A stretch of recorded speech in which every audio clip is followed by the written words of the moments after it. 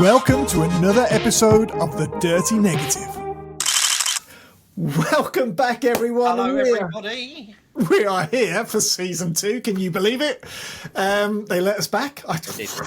Who knew?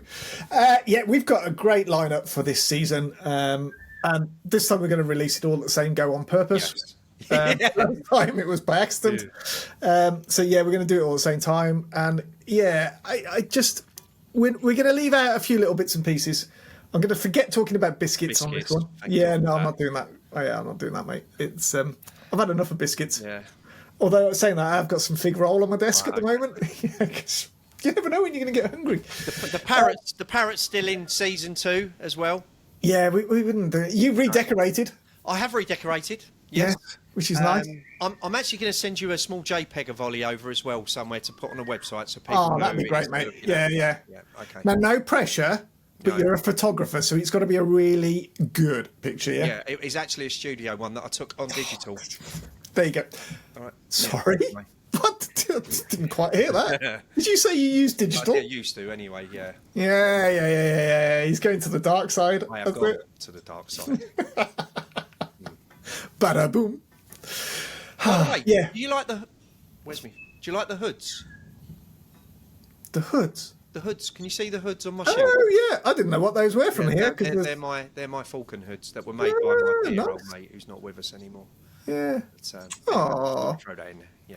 I do like the new decor, mate, and that image is pretty good. I mean, I don't know who did it, but it's all right. No, my little girl took it. It's great, mate. Thanks. She took it. It's fucking amazing. Are you well, Terry? Yeah, I'm really good, mate. I am quite tired. I've been working, which is unusual, I know. But I don't believe you, Terry. No, I've been working my absolute mint off this year. Right, it's good. Just, yeah, we've suddenly kicked back into doing a bit of work, and yeah, good. I think I like it. You got to pay your bills. Yeah, it pays the bills. Yeah. No, we've had some amazing projects this year, which has just been superb. And we've got a few more lined up, which is nice. It's and it is more. I know we go on about this in the show about being projects and stuff like that, but it is, which is why I don't like doing projects personally. But we've got some amazing projects and some amazing clients. One of them's in Monaco this week, I think, showing off the videos and photos of the products. I was like, why didn't they take me? Yeah. I could have gone, yeah, it's there. You've got more important things to do anyway, Terry, like this podcast. Well, there is that, yeah. To be honest, this was in the diary when they said they were going over there, and I was like, can we move it? Do I go to Monaco? Yeah. But yeah, I didn't get an invite, so it was a bit irrelevant. Yeah, never mind. So I hope they've done all right. They went for an award with their product, and they've done a new product, which is nice. And it was great when we did the shoot on that. We were after the tech products, and one was in car. So the car that we had to use for it was a Porsche GT4. Nice. Yeah, only about $250,000, I think it was. Yeah. He was just so blasé, just chucked over the keys, went, right, see you later. I was like, leaving me with this? Yeah. Oh my God. Yeah, so, hey ho. And it was okay when he left as well. There was no dents on it or anything. Yeah. Right, let's get in. Today, we have got Chris Harrison, and he's a street photographer, but we're going to see if that's the best classification for him onto that. Because his work is great. Yeah, his work is really good, I've got to be honest. But we say that about everyone we have on here, because we only select the best to be on here. You can't go, Chris, we'll have you on. Your work rubbish, mate, but yeah. That's it. We only want the best. We want the best, so it gives you a bit of inspiration, some ideas, and someone to think. Creative. As well. What I like about what we're doing is we're using like very creative people. I feel, and I like that, because I think sometimes it can get a bit mundane and boring, and I certainly don't want. You know what, though? I am going to get a techie person on one day just to blow your mind and just to watch you sit there and fall asleep. Yeah, right, let's go. Let's get Chris in.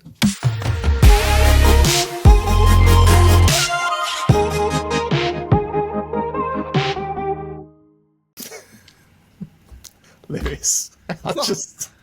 We got to start it now, haven't we? We got to start it Hello, somewhere. everybody. Welcome back, everyone. We're here for season 2, and you know what? We've got Chris Harrison with us today, and I think you're in for a little treat. And I say this because I've had to do the research, and yeah, well, actually, Lewis did the research. He just sent it over to me. No.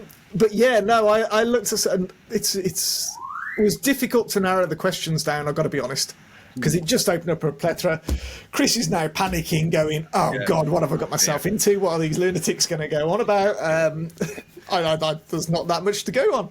But anyway, Lewis. Fire away. Well, no, thanks for coming on, Chris. And I saw your work on landscape. Yeah.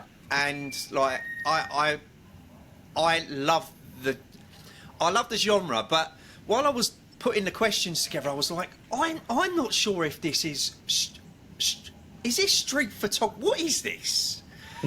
So my first question was like, can you please give us a definition of what you believe your work is? Because I think it crosses many different genres in many different ways, and it's very creative, it's very unusual, and it's very quite funny, some of it, and it's meant to be, I think, funny, but I think that says a lot about your character. But if you could just run us through what you feel you're creating when you're out.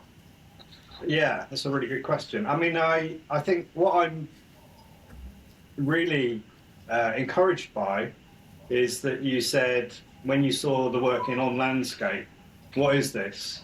And I think that's kind of good, because I asked myself the same question quite a lot.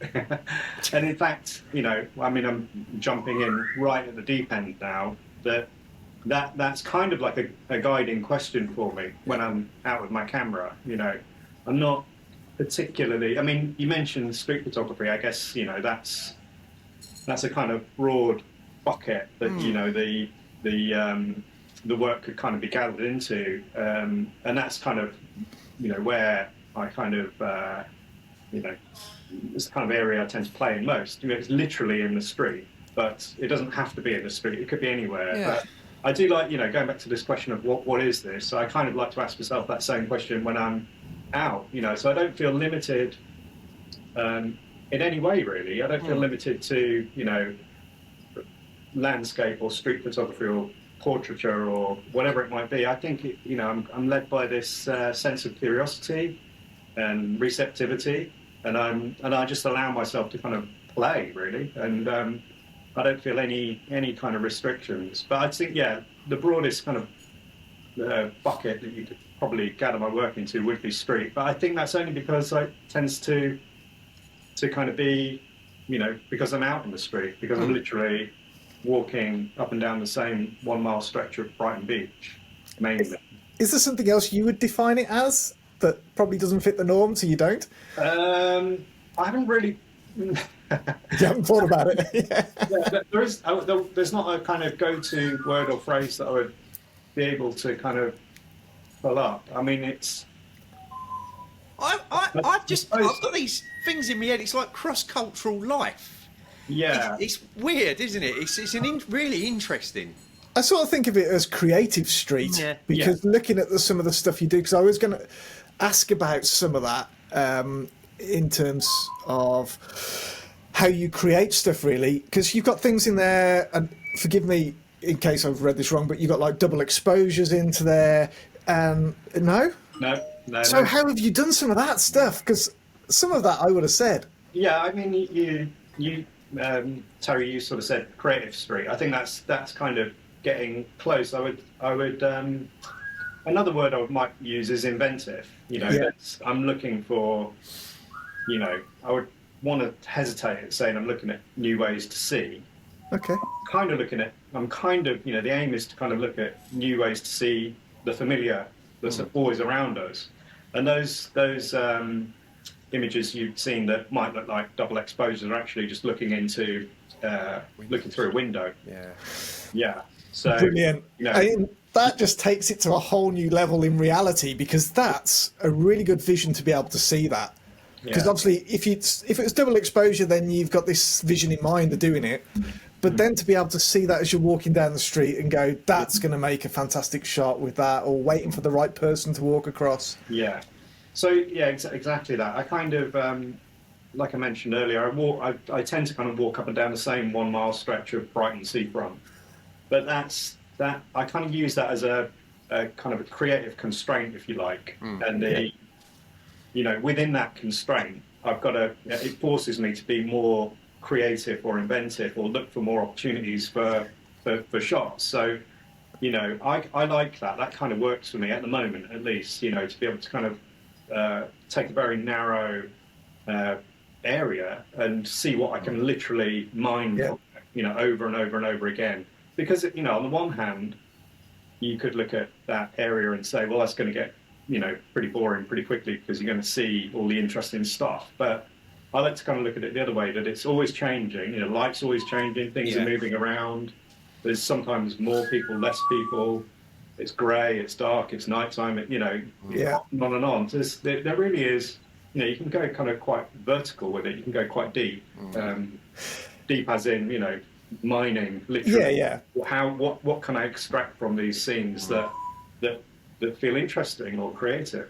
Would you say with some of your shots that you actually stage some of them to a certain extent, because you've been down that path so many times and gone, that's going to be good when the light is just at this thing and this person's walking past, and so you get a bit of it is a bit staged because it's so well. Yeah, I think that's fair. That's totally fair. Yeah, there's scenes that I will photograph over and over and over and over again, and I will go back to over and over again. I guess that's just the way I'm kind of wired. I like revisiting scenes and building upon them. Yeah. And knowing, as you quite rightly say, when the light is in a certain place, I know this is going to look good, or when another condition is present, I know this is going to look good. I suppose I'll go even further. Once I've got a shot in that particular area or that particular place, I'll still keep going back. I still go back, even though I know I've kind of got it, which I think is, maybe not the best use of my time. But I'm kind of just fascinated that really, what these kind of very mundane scenes around us can kind of throw up a sense of mystery, or can throw up a sense of like fascination with the familiar. That's really what keeps me going.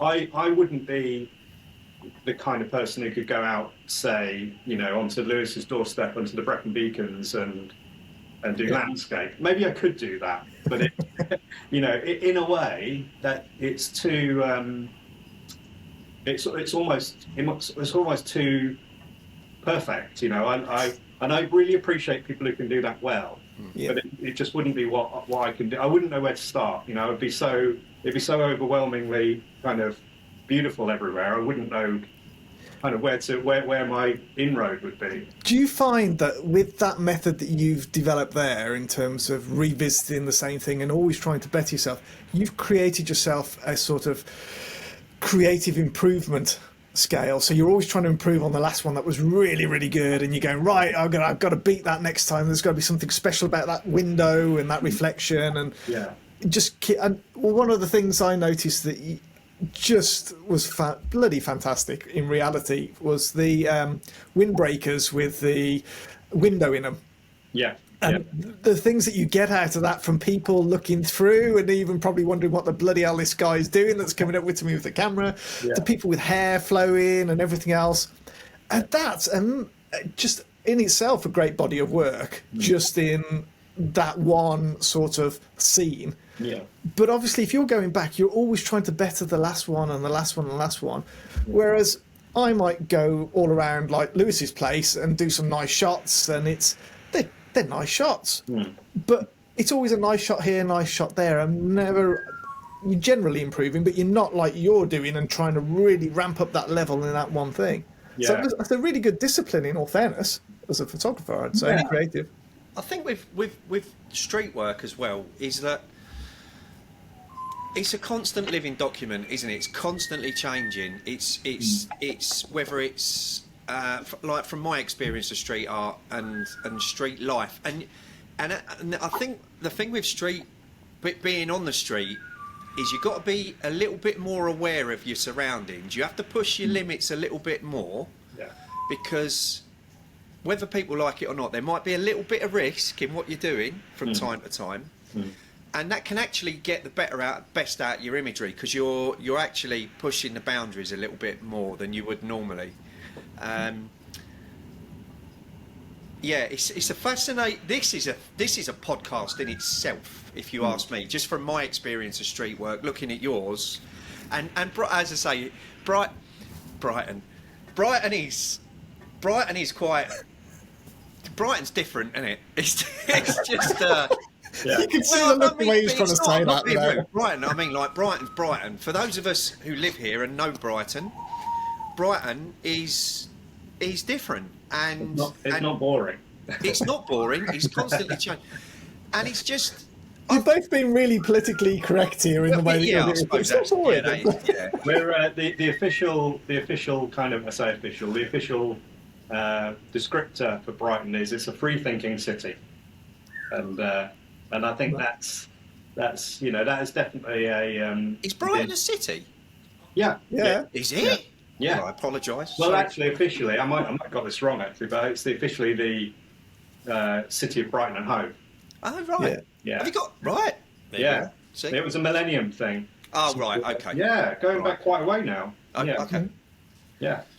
But yeah, it's definitely attracts that kind of free thinking person, and that just makes it so vibrant and so interesting, and it's like any other city, it's got its run of the mill kind of, it's a seaside city, it's got all of the cliches that come along with a seaside city, but it's a real melting pot of different voices and different kind of different people. I did something about 10 years ago, and what come out of that, I did a documentary in London on the Strand, and one of the things that came out of that was that during that period of time I did this work, the homeless had a circuit that they went on, and Brighton was the summer. Yeah. Okay, believe it or not, and this came up a lot because I used to go down. I go, well, where are they? Oh, they've gone down to Brighton. It's it's that time of year, and yeah, it's interesting. It really is interesting. What is it you love about working there? Is there anything in particular you love about working there? Is it just that freedom to be able to go and... It literally is, coming back to that constraint. It's just because it's where I live. I think if I lived in, I don't know, Reading, Wakefield, I'd make that my place to kind of walk around it. I mean, I suppose I'm lucky in that, very, very fortunate to live in Brighton. But it's just because it's easy. I can walk 20 minutes down the road and I'm on the beach, and that. So it's literally, it's not literally just because I happen to live here. But I would do it. I would go out onto the street wherever I live. And by the way, I think there's. I was chatting to a friend the other day about this. About where the kind of what am I trying to say?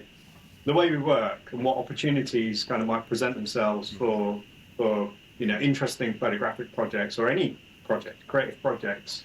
And then there's this one story I'm really drawn to is a French guy called Gilbert Garcin, who didn't pick up a camera until he was 60. His wife bought him this for a birthday present or a retirement present, something like that. 60, 65 years old, went on this photography course and just picked it up, and went on to be, quite kind of celebrated. He had an exhibition at Arles, all sorts, came to him, but he didn't do, he did the photography in his garage, attached to his house. He'd photograph, little self-portraits in different positions of himself in a hat and a raincoat. And then he would cut those out of the photographic paper and put them into little scenes that he created in this little desk setup in his garage. And they were absolutely brilliant. So I think, that point of, yes, Brighton's a really interesting place, but it's, I would photograph wherever I was. And I'm not, I think for a number of years, what kind of held me back with photography somewhat was that I thought, well, I can't just go over to Marrakesh, or I can't just go over to any exotic, beautiful place, because I'm kind of here. And this kind of idea that photography can only be made in very colourful, exotic, exciting places. I think that's also something that I'm working with. The fact that Brighton's an interesting place, but it's where I live, so that's going to be the focus. I think that's a very important thing that you've mentioned there, because I don't do it now, but obviously when I was younger, and I know loads of photographers going, I want to do landscapes, but I don't live in the countryside, so I can't do it, and I can't do this, and I can't do this because I haven't got this piece of kit, and it's just, there's always an excuse, and I think you just have to stop that excuse and just go. Yeah. And I've probably mentioned this before on here, to be fair, but years ago, I always used to go, I've got to travel an hour to go and see some decent landscapes and do this sort of stuff. And then I got commissioned by the local tourist board to create a local calendar, which was great. And they gave me 12 months to do it so we could go around the local place. But it had to be the local area. And I was like, what the blimmin' hell am I going to photograph? Yeah. But it's amazing how much we had locally. And by the time I'd finished the year, I was like, wow, that's all on my doorstep, 10 minutes away. That's it. Yeah. Yeah. And it was just phenomenal. It comes back to that idea of having a creative constraint, doesn't it? Your local area, you kind of, whilst that's quite a narrow, I would imagine, narrow in a kind of metaphorical sense, you've got to kind of work a lot harder within that space to kind of make something happen. And it's Sally Mann's, the photographer, American photographer, had said something brilliant along the lines of, I'll misquote her, but it was something along the lines of, if you'd send me to the Palace of Versailles to photograph their gardens, I'm going to be lost. But if you put me in a toilet on a plane, I could stay in there all day and photograph what's around me. So that's good. I love that. I love that idea, that because the results, they're just going to be so unexpected and unusual. And I think that's another thing that's worth pursuing. Like you did, Terry, with your local area. I guess. Yeah. You had to work a bit harder, I guess. I did have to work harder, but it also made me appreciate the local area and what we got. And that, you know what? I don't have to go hours down the road. Anytime now, I go, I fancy doing a bit in the forest, whatever. I know where to go, or there's enough to go and explore, and I know I'm going to come back with something pure and simple. Yeah. And it's like street photography, and I know you've got Brighton, and it's a very colourful scene. You've got a lot there, but you can do that anywhere. I've done it around my local town, which is really not interesting per se. But actually, now there's quite a body of work there that gets noticed, because you do it you form a style and you start to work stuff out that you like, rather than worrying about where am I going to do this? How am I going to do this? What equipment am I going to need? You just go and do it, and you start to build it up, don't you? And you've created a style, your own style, your own creativeness, and it's evident throughout all of your body of work now, in all fairness, which is fantastic, because so many people don't do that. And Lewis and I have always on about this, because Lewis is very project-based. I'm not, because I'm a commercial photographer by day, or it's project all day long. So when it comes to my photography, I just want to go, I'm not doing projects. I've had enough of the damn things. I just want to go and take pretty pictures. And so I might do a bit of macro one day. I might do a bit of this. And there's no project, but there's nothing binding it all together in reality. And you guys are fantastic in doing projects. And I love it, because I can buy into it. It's like I look at your work and I just buy into the whole lot. I look at Lewis's and I buy into the whole lot, because it's all bound and put in. And that's, I think, is really important. I think we've tried to get that across a number of times for people, is think along a project sort of style. Don't get distracted and go, I need to do this to do this. Just pick something and focus on it. Pick the colour red if you want to, and just go and photograph red things. And suddenly you'll have a body of work which looks amazing in reality. So, no, I like all that. It's very inspiring when I speak to people. I think for me, maybe this is just personal, but I wouldn't, I think those projects have got to kind of evolve, out of out of curiosity, I think, out of kind of finding something interesting and seeing where it goes and builds. I wouldn't be very good. I kind of would kind of rebel against, I think, if I gave myself a project at the start of, right, this is going to be, you know, X, whatever that subject is, I would just going to want to go off and do something different. Because, you know, I would just be like, no, don't make me do that. You know, it's kind of the, you know, that sounds like a work thing coming out. That's like me. I'm not doing it. No, I'm just. Well, funny you have work projects, don't you? Yeah, funny you should say that, because I'm a by day, you know, I'm a brand consultant and a designer. So there you go. I work within, you know, the commercial constraints of commercial creativity, which is fantastic, you know, and I love working, you know, it's separate to what I do photographically, but the photography is a kind of antidote to that in some way, you know, that I can be, you know, it can be unconditional, it can be on my terms, and if I don't want to do something, I don't do it. If I do want to do something, I kind of do it. Yeah. Yeah, that's it. And I always stop and think, because there's little bits that I love doing, you know, from macro, this, that, and the other, and there's something that interests me. And I always think, oh, I'll do a body of work on that. And I never do. I just go and enjoy it for the moment. But I want to be able to do a body of work in reality, because I just think the finished result is amazing. Yeah. Well, not whether it's ever actually finished, but the journey of that result is amazing. But bodies of work, though, Terry, sometimes fall into your lap. You don't expect to end up doing it, and that's how it starts, mate. Yeah, I know. Yeah. It's, but I think people have got to realise that when they're doing on this journey of photography, because at the start it's great to go in and just do everything, to just work out what you like and what excites you and gets you going. And then you've got to stop every now and then and just take sort of note of what you've done, what you enjoyed. Oh, there's something there. We can take that a bit forward and just evolve, really. Yeah, I think there's that with the project-based work, even though it can kind of evolve from something quite loose. I think from my own personal experience, there's a temptation to you know, where you get to a point where you just think, this is not working, I've got to go and try something else. And that it's probably at that point where you've got to stay with it, you know, just push through that and have some kind of faith that that something is building and growing. And that leads me very nicely onto something. Thank you. But awards. So you have got a ton of awards that you've won, finalists, etc. in, which is just amazing recently. So obviously, without blowing smoke up you and saying we're not worthy, in terms of your process of doing that, because I think this is something that some people might think is really daunting, applying for awards and doing stuff and putting work in. And it's not for the faint-hearted, because there's a huge amount of time invested into this sort of stuff.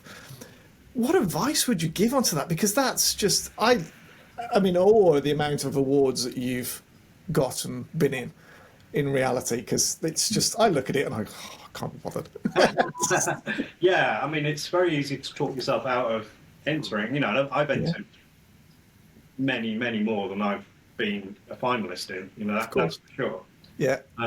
So yeah, kind of having a bit of consistency and a bit of commitment and following through, and yeah, you know, but several years of kind of like rejection or didn't make the shortlist, you know, and I think there's I think entering those kind of competitions can help you to improve a little bit. You know, if you're not selected as a finalist, you can look at what finalists are, and you can kind of, you know, you can kind of see the kind of quality that's kind of making. So did you look at it like from a business point of view, and you entered some, you didn't get anywhere, and then so it's right, what didn't I do right to get into there? Let's have a look at the people that did get there. How can I improve myself to be up there? I mean, for sure. You know, I look at a lot of other photographers' work, not just, you know, street photographers who are working now, but, you know, being back, you know, decades. I've been collecting photographs for a long time, so I think there's definitely something in, you know, studying other people's work, and but not from a point of view of, you know, how can I do it like that? More from a point of view of what is it I like about this, and then, you know, trying to kind of bring that into your own process or your own work somehow, you know, which is not easy, but it's kind of, you know, because I think that the thing you can, like, so there's this shot here that I've pinned up. This is by Bruno Barbie, who's a Magnum photographer, and this is one of my favourite photos. This is in it's in one of those islands in the Indian Ocean. Can't remember the name of it. Mauritius? Off the top of my head. Something like that. Yeah. Anyway, it's this kind of boy on his green bicycle, kind of underneath the water in this stream. I guess he was cleaning his bike or something, but. You know, for me, this picture is just a complete mystery. You know, it's a really simple picture, and what I love about it is that Bruno Barbie must have been there on assignment, through Magnum, and came across this scene, and and thought, there's something magical happening there. But I kind of relate to that. I relate to that scene being very simple, very graphic, very kind of mysterious and very kind of ethereal in a way, and I kind of want to bring some of my own. I want to kind of tap into that somehow.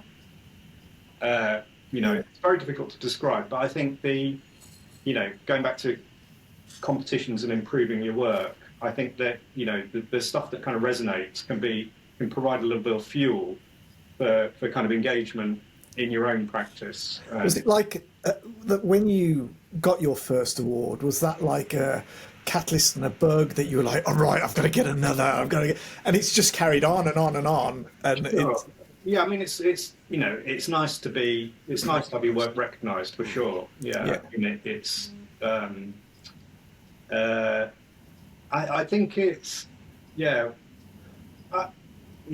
guess it's a double-edged sword, isn't it? You kind of it's nice to be recognised and but then you sort of think, do I need is this what I need to kind of make myself feel okay about my work? But it is difficult, isn't it? Do I need the validation? Exactly. But actually, it's if you can get it and you've got that way for all, it's a really good feeling, and it's a boost. I think everyone's the same. It also depends on what message you're trying to send through what you're applying through as well.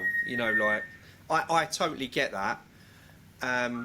One thing we haven't spoke about is the cash investment in this as well. There's a lot of investment of money that people do not realise sometimes that you know. So there is absolutely nothing wrong with entering awards in the respect of getting something back from it. But if you've got a story that you're trying to actually get out to the world as well, it's a very good way of doing that, because you need that publicity to be able to do it, and when you've got these big awards and behind you, they can then showcase your work to people who would not really wouldn't have a clue what you're doing. Yeah, I mean, in street photography, there's a whole load of awards and festivals that you can go to. It's probably the same in landscape the same in every loads and loads of awards. And you're right, Lewis, they do. Yeah, it's time and a money investment. They're very rarely free to enter. So that's a total consideration. And if you're in a privileged position to be able to kind of invest a little bit of money to kind of enter your work, that's great. But I mean, there's so many photographers who don't enter awards, and they just stay very focused on their own projects, and totally applaud that as well. That's fantastic. I have to start entering some awards, I think. Awards is a really interesting one, because I think it focuses you. Well, it does.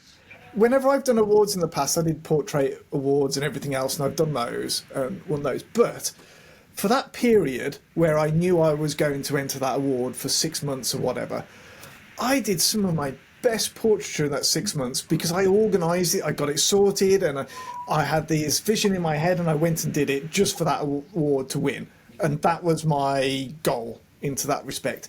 So actually, I think awards, if you're not into it, it doesn't matter.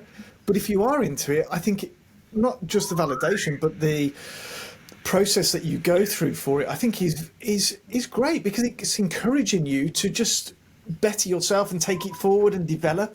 And I think it's an amazing thing to do.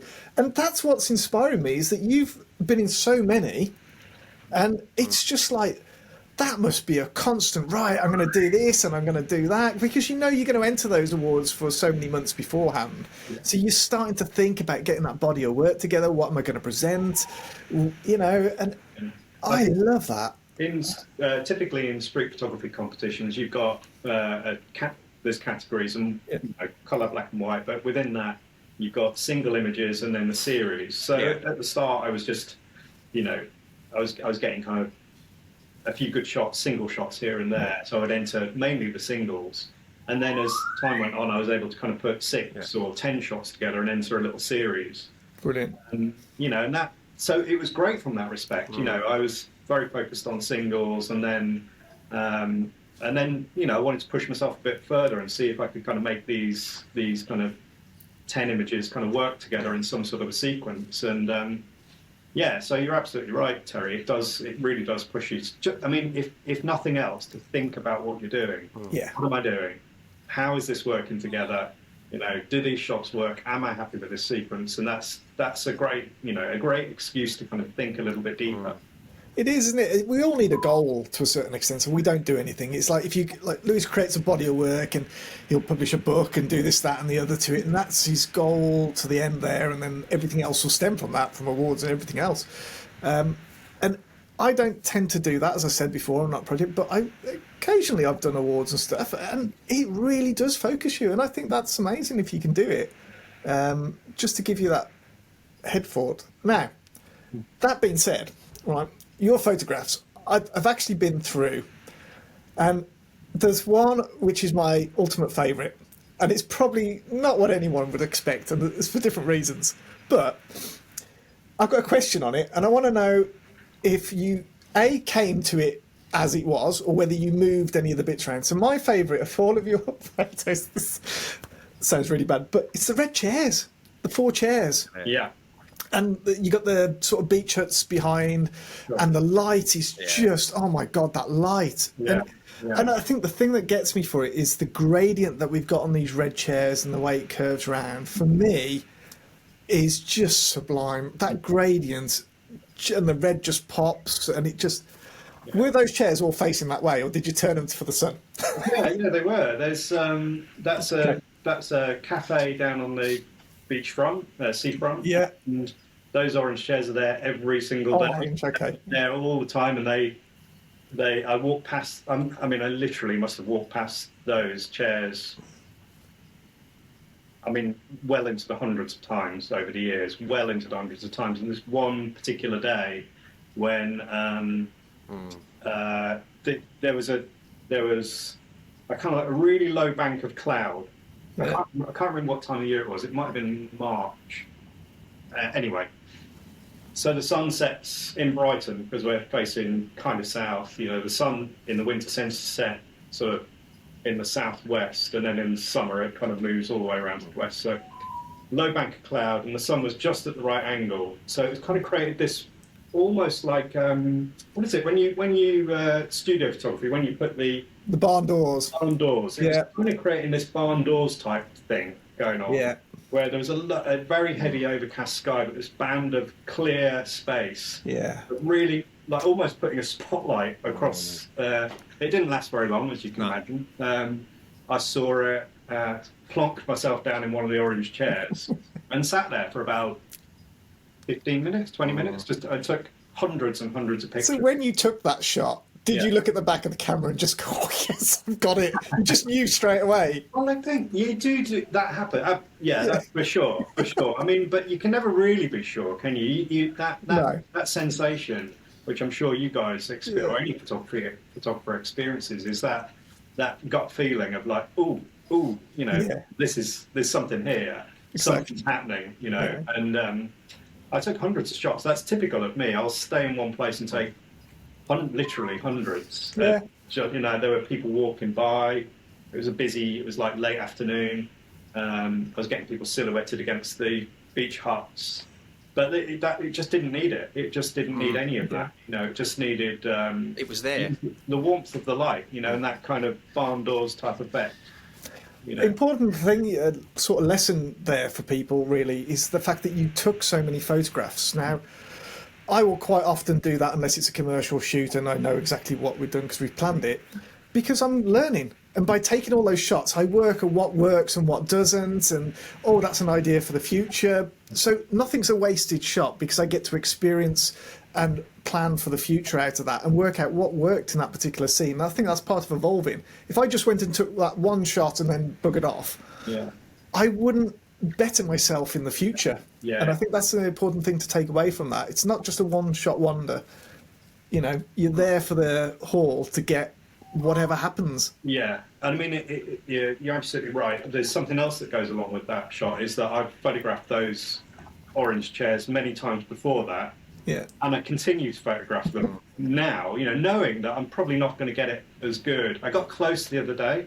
Okay. Yeah, just not quite the same magic that had. But I think your point of, you know, taking lots of shots in a commercial context, that I approach, you know, my photography in exactly the same way, because I've art directed many photo shoots through my work in the past, worked with many photographers, you know, and I know that approach. Even if we're just doing, you know, a pack shot of, say, I don't know, some beer bottles or whatever it might be, hundreds of shots to get it just right. So I kind of bring that into my own personal work. I want to kind of, you know, I want to be fascinated. I know that something unexpected might happen, you know, and if I walk away after just 4 or 5 shots, I'm probably, you know, I might regret that. Yeah, exactly. I'd rather go home with hundreds and have a bit of a headache editing than have the headache of going, no, I should have stayed longer. Yeah, I agree. It's but yeah, that's my favourite shot. I know you've got some amazing shots elsewhere and everything else,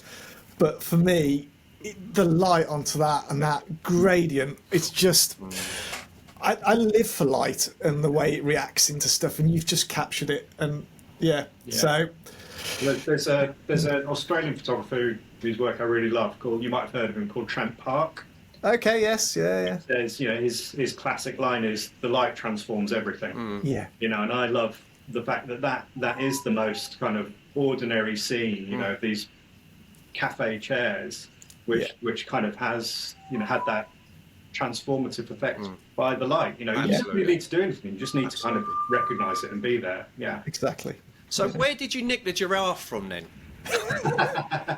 The giraffe, yeah. God, that gets so many questions, that picture. Well, it ain't a normal thing to see stuck in a garage, is it? It's, well, it might be in Brighton, though. It's an unusual one. It's probably a very good reflection of, you know, the mindset of people in Brighton, that they are, you know, quite fun-loving. And it's actually a trompe l'oeil on a garage door.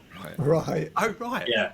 And I've heard from a few other people who live in Brighton that whoever owns that garage changes the animal every now and again. Right, okay. I think there was like a lion sitting at the back of the garage at one point. Right. Brilliant. Yeah. But I think with that shot, again, it's the way the actual real sunlight is bouncing off some silver object on some house, and it's kind of, there's a little kind of patch of light next to the garage, which kind of knits quite nicely with the lighting that's on that trompe l'oeil, and so it kind of makes it a little bit more believable. But so many people go, what's a giraffe doing in a garage? Can I also ask, there's one shot that I've looked at and I thought, is that actually indoors? It's the Coke shot. Yeah. I don't want to spoil it though, if it is. Is that a photograph? Yeah, for sure. It's a photograph. Yeah. Is it? No, but is the background a print in a frame? No, that's the real beach. Yeah, that's the real beach. Yeah. Okay. I walked past that scene and the Coke cup had toppled over. Amazing. And I literally just did this shot, which was a real half-hearted. That's amazing, that shot. But then I saw on the back of the screen that the wave almost joined up with the branding on the cup. So I just decided to stay there a lot longer and see if I could kind of, you know, the waves were kind of coming in and out and the tide was moving out. So it was kind of just a lot of trial and error. I mean, I've literally got, you don't want to know how many shots I've got. That's a fascinating photograph, that is. Well, I like playing with optical illusions as well. Yeah, you've certainly done it there. It's a great area to kind of play with. you know, like the giraffe, you know, where you do, you know, again, coming back to that where we kind of entered this conversation, Lewis, with this, what am I looking at? You know, that's kind of it. You know, I like to kind of cultivate this sense of, well, what am I looking at here? Is this a poster, or is it real life, or is it what's happening? You've just reminded me of this is the weirdest, and the weird things happen when you're out in the street, don't they? Sometimes, like this one shot that I took once was in Brick Lane, which is very similar to Brighton, where there was a bloke, a builder, digging an hole, right, and he was submerged in the pavement was there, and half of his body was sticking out, and it was a hot day, and he weren't wearing a top, and believe it or not, the shop behind him had mannequin heads that were also bald like this bloke digging the hole. And I thought, I can't be seeing this, right, you know? And I took it. And I thought, and that, I'll never forget that. I'll never forget that, thinking... Like life does throw up some really unusual... And these mannequin heads were looking at him, digging the hole. I'll have to dig that one out. That sounds like a great picture. Well, it went into the Travel Photographer of the Year awards, and I got in it. Yeah, great. Based on that, and by the way, which is very important, what you were saying about, it wasn't a singular image. It was a work done over a year, and I ended up submitting 5, and I was in the book. Brilliant. And again, that body, but.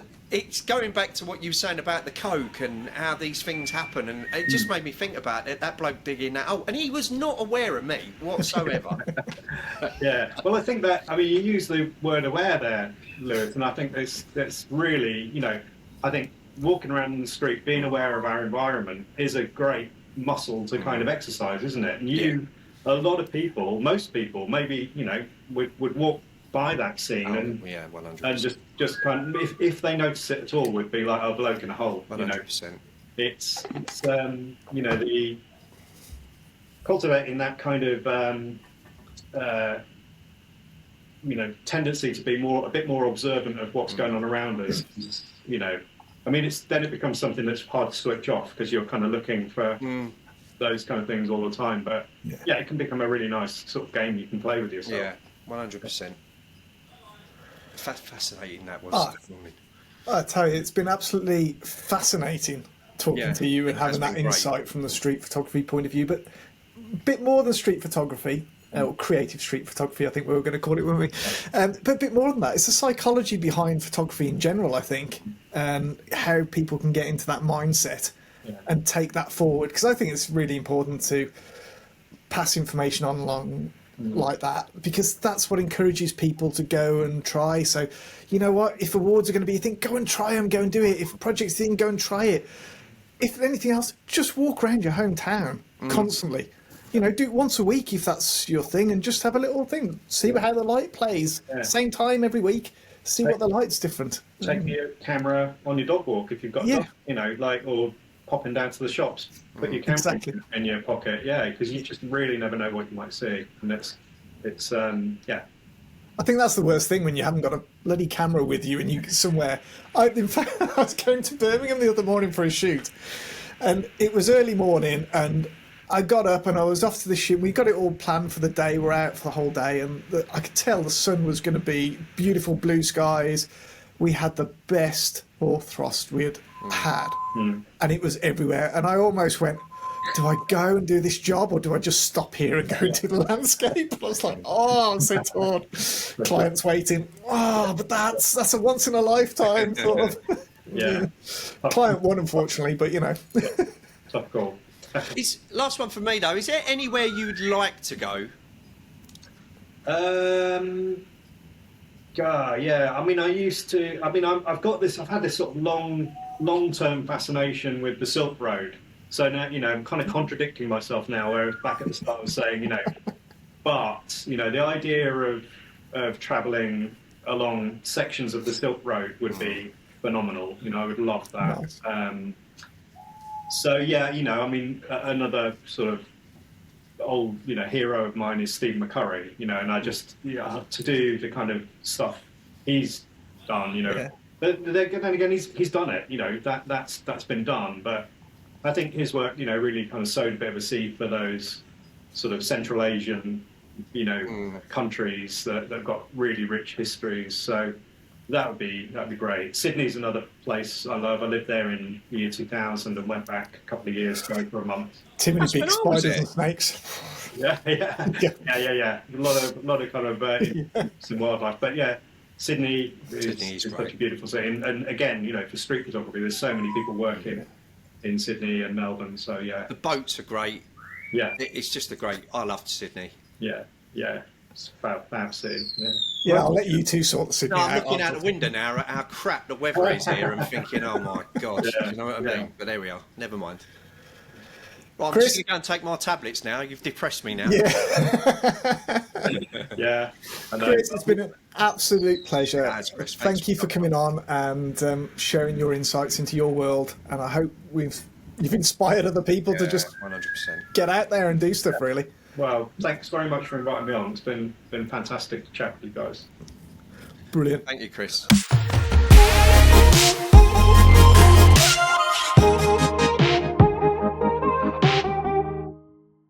Well, that was nice, wasn't it, Terry? That was ace, mate. I really did learn a few things. Not necessarily learned, reminded myself of a few things and reasons for doing stuff. And I think that's really, really valid. And I like the fact that we've now put him into creative street photographer as opposed to just street photographer. Because I think he is. He's well in that bracket. I mean, he's... Yeah. I like the fact that when you asked double exposure, I thought you was quite surprised. And I'm not gonna lie, I thought it wasn't a double exposure. That's fair enough. But just shows you that creative level that's and this in is people's mind. One of the questions onto that, because obviously there was only a few photos I thought that on, in all fairness. And I just wondered if he was doing that, because that is a feature in the cameras that allow you to do it and people get a bit creative with it. And I was so pleased at the answer. In reality, I was surprised because I just thought you was going to say it. But I'm so pleased that actually, no, it's thought out. He's carefully crafted it and done it. And yeah, I was really happy with that result. Nice guy, nice cat. And it's just a very niche way of looking at the world, really, if you ask me. Anyway, but it is, very nice indeed. There we go. So. Happy days. So that was so number one done. Very nice. Got some great guests coming on, haven't we? We have, yes. To go with series 2, and I'm very much looking forward to doing it. But have you got anything planned for later in the week, Terry? We're just busy with shoots. It is really silly season, but in a nice way. It's not overly busy. I'm not like working 24 hours a day sort of thing. But yeah, we've just been casually ticking over. Work's coming in nice variety as well to keep the brain engaged, which I think is quite important. What about you? Just waiting for my negs to come back from my last visit to Poland. And what am I doing? Just getting ready with the birds really for this year's work in the conservation and event side of stuff. Yeah, your season's just about to kick off, isn't it?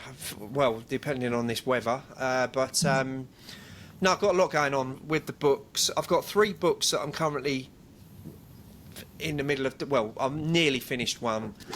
I'm working on another, and another one's just sort of burning away at the moment, which I've been doing since between the end of series 1 and now. So I've got a lot going on at the moment. I just love how you've embraced doing the book and just gone, and next thing I know, you produced one and gone, yeah, look at that, and it's just I've had a lot of help with that. I've got to be honest, and I hope once it's published, I just hope all of the stuff educates people and is beneficial to people in the future, really, and the environment.